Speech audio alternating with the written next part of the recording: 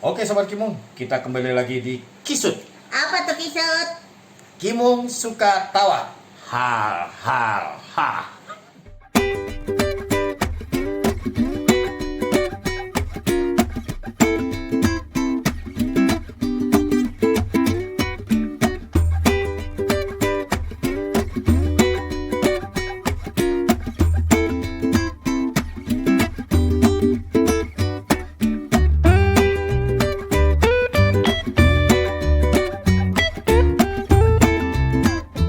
Oke Sobat Kimung, balik lagi di channel Kimung Bot.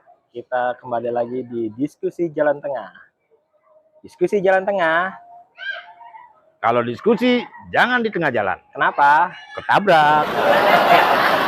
Ya, diskusi jalan tengah kali ini ngebahas soal ada event dari salah satu partai, yaitu Partai Nasdem. Dia mengadakan musyawarah nasional ya. Musyawarah nasional itu akhirnya Partai Nasdem bisa dibilang seperti mengusung ya, Iya. mengusung 3 calon presiden, yaitu pertama Pak Anies Baswedan, Gubernur Jakarta, lalu ada Pak Andika Perkasa, itu Panglima TNI saat ini, lalu yang terakhir adalah, dan ini unik, itu kader PDIP, itu Pak Ganjar Pranowo, itu sekarang sebagai Gubernur Jawa Tengah. Gitu. Nah, dari 3 calon ini memang sudah 3 nama ini memang sudah masuk survei. Cuman yang cukup tinggi secara elektabilitas itu ada Pak Anies dan Pak Ganjar. Nah, jadi cukup masuk akal ya Nasdem memilih calon-calon ini. Cuman kalau menurut Bang Jali masih terlalu buru-buru lah. Kalau kata Pak Presiden, ojo ke susu lah. Oh ya, unjuk khusus Ojo ke ya. susu gitu. Nah, Om Kimung mau makan dulu apa mau diskusi Gak nih? apa-apa, Om Kimung sambil dengar. Oh iya. Jadi gimana nih pendapat Om Kimung soal hasil musyawarah yang dilakukan oleh Partai Nasdem? Oke Sobat Kimung. Sorry, Om Kimung sambil makan-makan dulu Sekarang ya. gantian Bang Jali yang makan. Bang Jali makan. Sebab sayang, kalau udah pesen mie, kedinginan gak enak. Iya. Belum lama ini Partai Nasdem menggelar musyawarah nasional. Hasil keputusannya, Bapak Ketua Umum Bapak Surya Paloh menyatakan bahwa ada aspirasi dari para kadernya mengusung 3 nama. Yang unik di mata Ketua Umum adalah ketiga nama itu sama. Jadi tidak ada yang nomor 1, nomor 2, nomor 3. Memang dalam penyebutannya tetap Pak Anies Baswedan yang diusung. Lebih disebut lebih dulu. Yang kedua Pak Andika. Yang ketiga Pak Ganjar Pranowo. Iya. Nah, Kalau Prabowo menteri. Nah, untung Andika Pratama. Iya. Coba kalau itu Andi artis. Perkasa. Iya. Kalau zaman dulu namanya Ganjar Prasejarah namanya. Ada lagi. Apa tuh? Zaman dulu lagi. Apa tuh? Andika Pramusim. Itu latihan bola dong. Purbakala. Ya ini yang kebetulan Andikanya Candi. Andika Prambanan. oh iya. Andika tadi. Jadi kebetulan urutannya seperti itu. Nah, Bapak Ketua Umum pada saat itu Bapak Surya Paloh menyatakan bahwa semua di matanya sama. Di mata beliau sama. Itu kata bapaknya Surya Paloh. Enggak, Pak Surya Palohnya. Apa Surya Paloh? Kan Ya. bapaknya Surya Paloh. Bukan, Pak Surya bapaknya udah nggak ada. Nggak tahu maksudnya nggak ada. Dan makan dulu Bang Jali. Nggak tahu, nggak ada. Pokoknya Pak Surya Paloh. Jadi beliau menyatakan semua di mata sama, terlebih urutannya tetap nomor 1 adalah Bapak Anies Baswedan. Yang kedua adalah Bapak Andika Perkasa. Pak Anies ini Gubernur DKI Jakarta, non partai. Pak Andika Panglima ABRI, non partai. Nah, yang ketiga Ganjar Pranowo, kader partai PDIP. Dan ini Gubernur Jawa Tengah.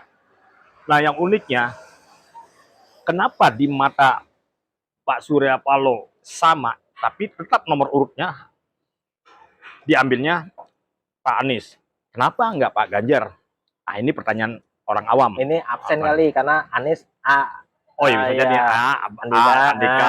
Oh iya bisa jadi. Udah, Om Kimung ngambil positif aja absen ya. Ya, cuman sudut pandang mata Om Kimung. Berarti bukan Surya Paloh nih ya. Bukan, pandang Om Kimung. Iya. Orang awam. Iya. kayaknya ini kan menyangkut threshold, batas ambang untuk Presidensial threshold.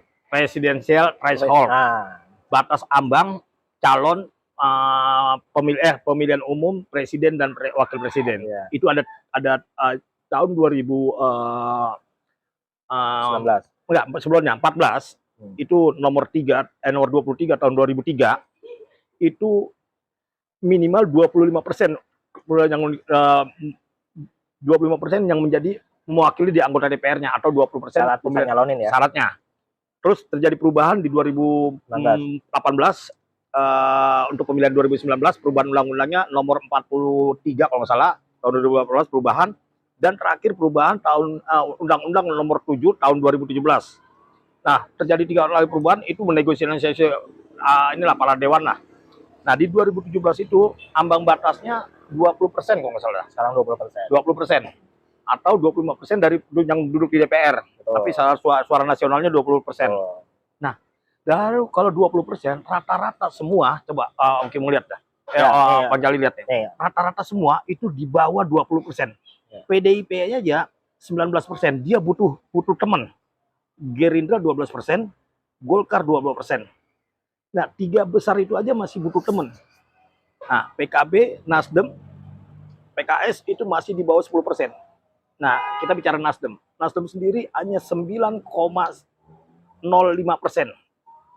Jadi masih mencari koalisi.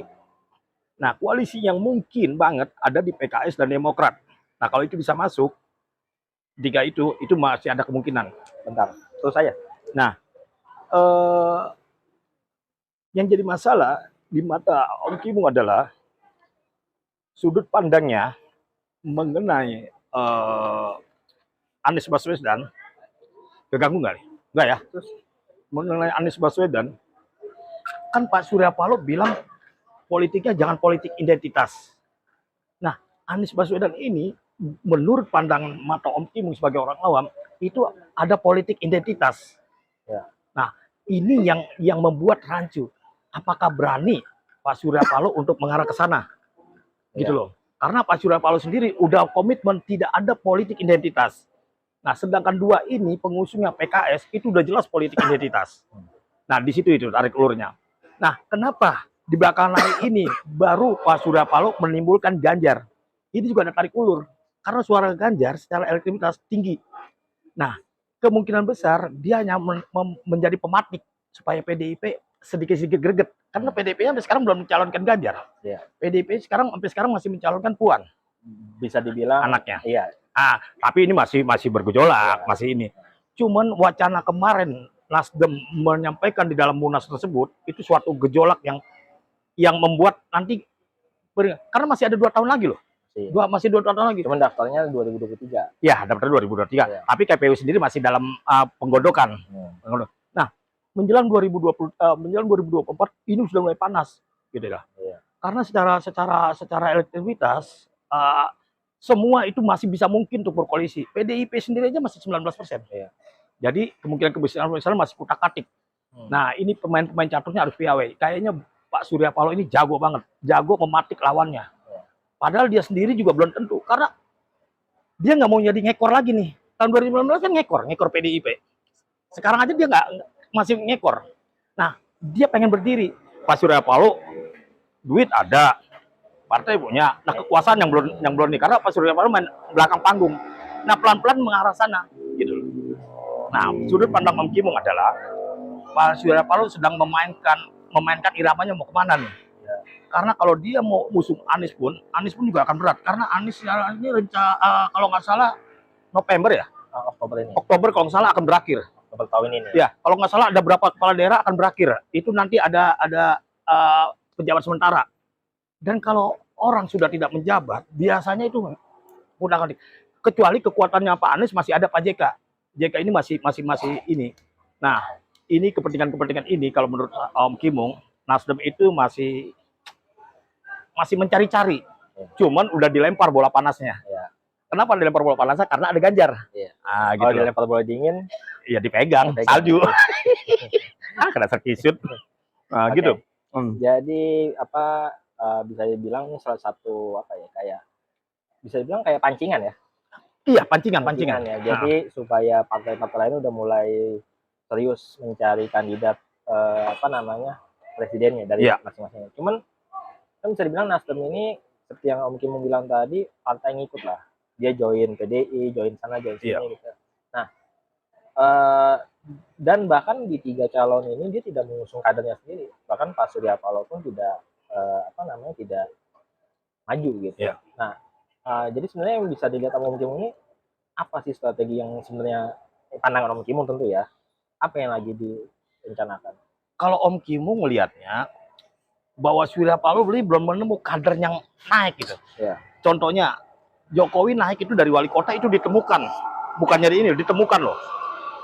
Ditemukan oleh Pak Luhut, Luhut menemukan seorang pengusaha dan rekanan kerja, disampaikan ke PDIP, PDIP menemukan loh. Lu termasuk siapa yang di menteri yang menteri sosial yang sekarang yang dulu Surabaya? Bu Risma juga ditemukan, Ganjar ditemukan. Nah, Pak Surya Paloh ini belum menemukan gitu loh. Kalau dia menemukan, dia lebih baik kader dia gitu loh. Kader dia nih, next kita bicara mencari jodoh 2024, tapi yang pasti Nasdem ini belum ada kader yang bisa.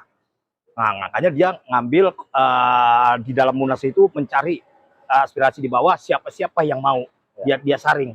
Tapi kalau Om Kimu nggak yakin nanti mengerucutnya di Pak Anies gitu. Walaupun sekarang masih digembar-gembarkan di sana.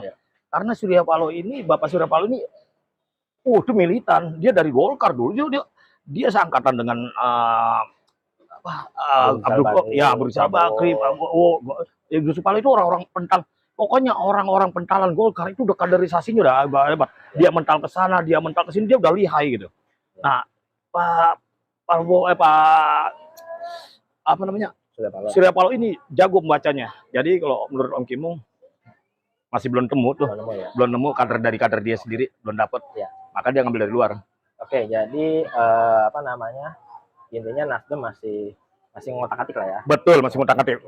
Oke, ini karena kita lagi sambil makan mie, takutnya keburu kering gak enak. Kebetulan kita lagi di ini Om Kim, kita lagi di Roti Bakar 88 di Cilengsi, tepatnya di Halte City. Nah, jadi kalau Sobat Kimu mau mampir ke sini, tempatnya enak kok, ada live musiknya juga ya.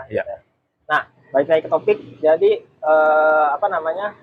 Nasdem udah keluarin, tinggal nunggu partai-partai lain. Nah, kita mau bahas ke atas skala besar atau Nasdem aja nih? Nasdem aja dulu, karena nanti skala besar nanti ada Om Kimu, ada namanya mencari jodoh 2024. Itu kotak-katik nanti. Yang penting di Nasdem dulu. Nasdem ini ada partai unik. Karena apa? Dia sendiri nomor 4 ya. Nomor 5 besar. Dia ada di pemerintahan, tapi dia megang posisi. Lihat, setiap pergerakan dia, Pak Jokowi, setiap pergerakan dia terlepas dari Pak Insinyur segala macam, Pak Nasdem ini Pak Surya Paloh ini selalu dipegang. Ketua umum aja lihat. Di pemerintahan Jokowi ada 3 yang masuk, Artato. Nah, sekarang baru kemarin PAN, Gerindra. Nah, jadi kalau Om Kimu melihatnya Surya Paloh ini salah satu megang kunci lah untuk pemerintahan ini. Jadi seperti itu, Bang Jali. Dan pertanyaan terakhir, tepat nggak Nasdem pilih 3 calon itu? Kayaknya sih Om Kimu melihatnya masih ini. Contoh Anies. Kayaknya ada tekanan dari bukan dari arus bawah kalau mungkin melihat. Karena ini Nasdem ini sedang mencari, dia minimal dia mau ngangkat dari 9% itu mau ngangkat ke puluhan. Nah, dia lihat pangsa pasarnya bukan kaum agamais ya, pengusung Anies ini yang religius. Iya, yang religius begitulah. Itu dia mau coba ambil gitu. Tapi Surya Paloh kalau benar-benar ngambil, dia kejebak. Karena apa? Dia sendiri bilang tidak ada politik identitas. Nah, kalau dia ambil itu mau nggak mau, suka nggak suka, sudah ada politik identitas. Contohnya belum lama ini deklarasi dari kaum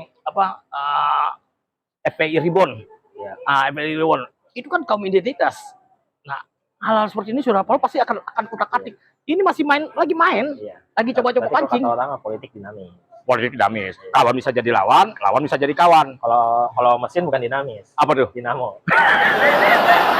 Iya, kalau mesin dengan dinamis. Terus apa lagi dong? Kalau makanan bukan Apa tuh? dinamis, domino pizza. Oh, domino. Domain kartu. Oh, Iya, iya. iya. Nah, Jadi seperti itu. Jadi kalau Om Kimong melihat Partai Nasdem itu masih inilah, walaupun sudah disampaikan di dalam Munas. Munas itu bisa nanti nanti akan ada Munas lagi Iya. menjelang sekarang apa nih? 2020 ya? 22.